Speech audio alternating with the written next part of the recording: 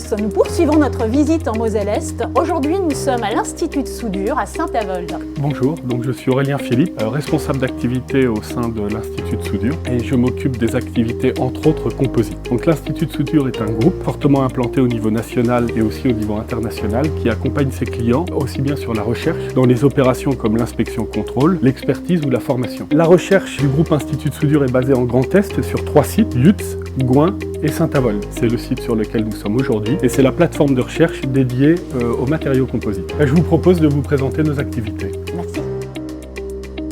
Donc ça, c'est un matériel que nous avons développé et que nous vendons d'ailleurs et qui permet de mesurer les valeurs de perméabilité d'un renfort. C'est le paramètre essentiel qui va nous servir à simuler les procédés d'injection par la suite.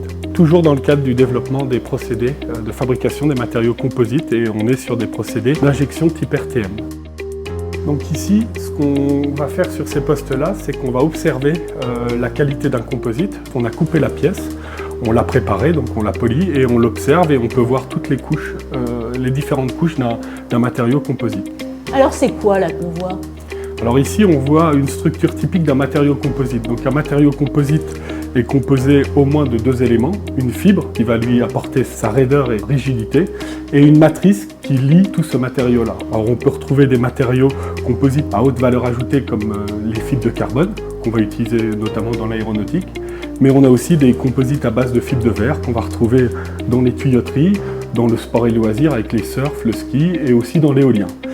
Donc un matériau composite est constitué de différentes couches de textile qu'on peut observer ici justement et ça permet d'analyser la qualité du matériau. Donc le composite en fait c'est pratiquement dans la vie quotidienne. C'est un matériau très répandu et même naturel, les arbres sont les premiers matériaux composites parce que constitués de fibres et de résine. À partir de l'observation des arbres, on peut travailler aussi sur d'autres matériaux qui vont nous servir au quotidien. C'est ça. Bon ben voilà, alors maintenant que je sais que c'était que des matériaux composites, dites-moi, comment on fait pour les assembler, pour essayer de mettre ensemble ces matériaux qui sont d'origine diverse? Alors il y a 2 types de composites, des composites à base de résine thermodurcissable ou thermoplastique. La faculté des résines thermoplastiques, c'est de pouvoir être soudées. Donc ensuite, pour les assembler, on a des technologies de soudage pour venir assembler des pièces. C'est un axe de positionnement fort d'ailleurs du site, le soudage haute performance. On a d'ailleurs développé une technologie innovante qu'on a brevetée avec Arkema et pour laquelle on ambitionne de la positionner dans les futurs développements aéronautiques. C'est la technologie ISW, un procédé dynamique. Il est robotisé et donc on fait un cordon de soudure sur toute sa longueur.